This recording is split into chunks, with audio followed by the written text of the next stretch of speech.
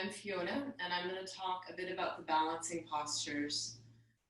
When we first learn the balancing postures of Ashtanga Yoga, they can be very challenging. And you know what? They can be challenging for many, many years, especially if you don't have a background in dance or gymnastics. There's some easier ways and things to focus on that can help you with your balancing. The first one, of course, is the breath. We're always focusing on free breathing. The breath will help to transcend the mind, bring you into the moment, and that in itself will help you balance better.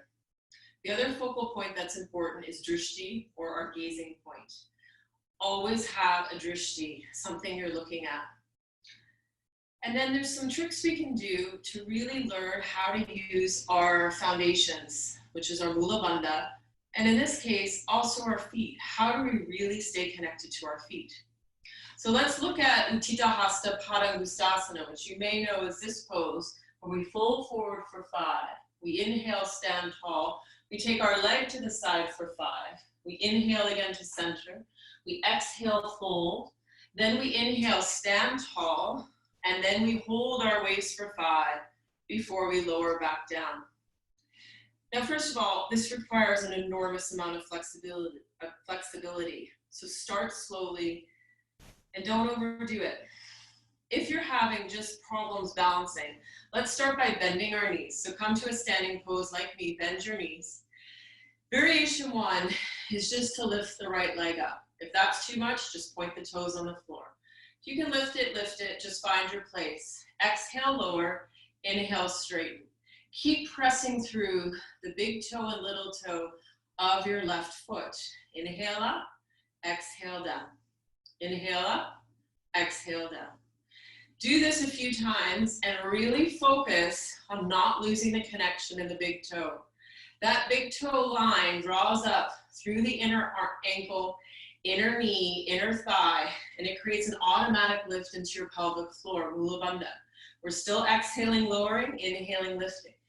Variation 2, now hug your knee to your chest and do this. Whoops, there's a little wobble. Whenever I lose it, it's usually through my left big toe. If that's still comfortable, take your big toe of your right foot. If you've already gone too far, that's okay. Just stay where you are and keep working from there. As I exhale, I bend. As I inhale, I straighten. I seal the inner leg to the outer arm. Inhale, exhale. If that's comfortable, inhale, exhale. Inhale, exhale. Notice my foot. It's not like this. Do I stand on the side of my foot? No, we stand on the whole foot. So it's important to preserve that quality of what I like to think samasthiti within the pose. How your foot is in the air is how it should be when you're standing. And if that's comfortable, you can see if you can hop. Land on your big toes, straighten. Hop, land on the big toes, straighten. And from there, eventually you can fold forward if you're flexible enough. Again, the key though is to be able to find this connection. Inner leg, outer arm, that cultivates mula bandha. Now when we go to take our leg to the side, maybe we were here, it might be like this. If we're still comfortable, we might be able to take to the side from here. But notice, we're pushing down through that big toe as if we're standing on it. If we're still comfortable, it might be partially or fully straight. But again, the foot is encircled. 5 breaths there. To transition, try bending as you come in, especially if you're a bit tighter through your hips. There's my wobble. So I bend, then I come in. From there, stretch out the leg, point the toes, hold for 5. That same principle of pressing into your big toe counts here. And from there, we lower down. So when you start to fall, bend your knees, lower your center of gravity, find the bandhas, and then stretch the bandha line to straight legs. Start to lose it, bend. Connect again to bandha. It's easier to create bandha when you're smaller. And then inhale and straighten. So you can try it in so many different forms. Bending, straightening, bending, straightening. When this posture gets easier and your teacher tells you, then you can try the next standing posture, Ardha Baddha Padmottanasana. Make sure you watch how to get into half lotus first. That's really important. And make sure you've established how to stay balanced. That's essential. Right leg comes up, knee is high, and the calf is completely sealed to the thigh. There's no space. That's your starting point. So once you've found that, keep the knee lifted and high. Take the heel just shy of the midline.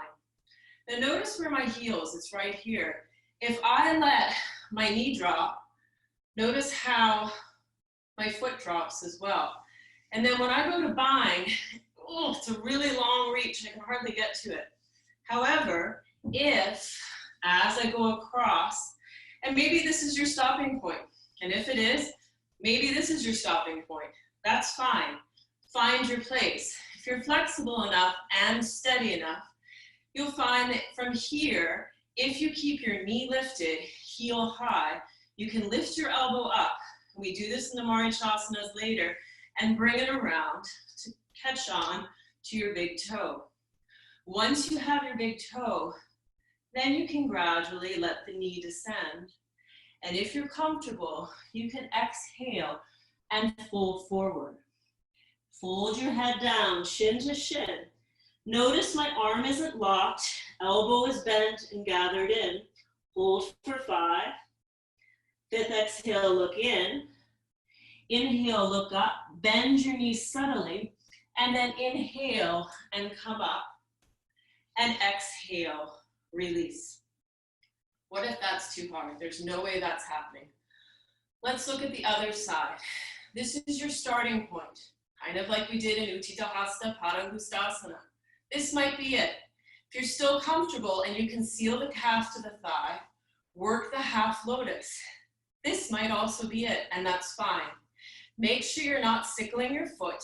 Keep the foot strong and rigid, and make sure you watch how to get into half lotus mindfully. This might be it. Heel just shy of the midline and quite high. From there, if you're still comfortable, reach around. You might be able to bind or not. And if from there, if you're comfortable, maybe this is your stopping point and you just work the balance, or maybe it looks like this. As long as you're working your hip and not in the knee, you're in a good place. From there, over time, you'll find the bind comes and you might be able to lower. And that's Utthita Hasta Padangusthasana and the standing half lotus postures of Ashtanga Yoga. Work slowly and be patient. These postures take time and practice, and you have your whole life. There's no rush. Namaste.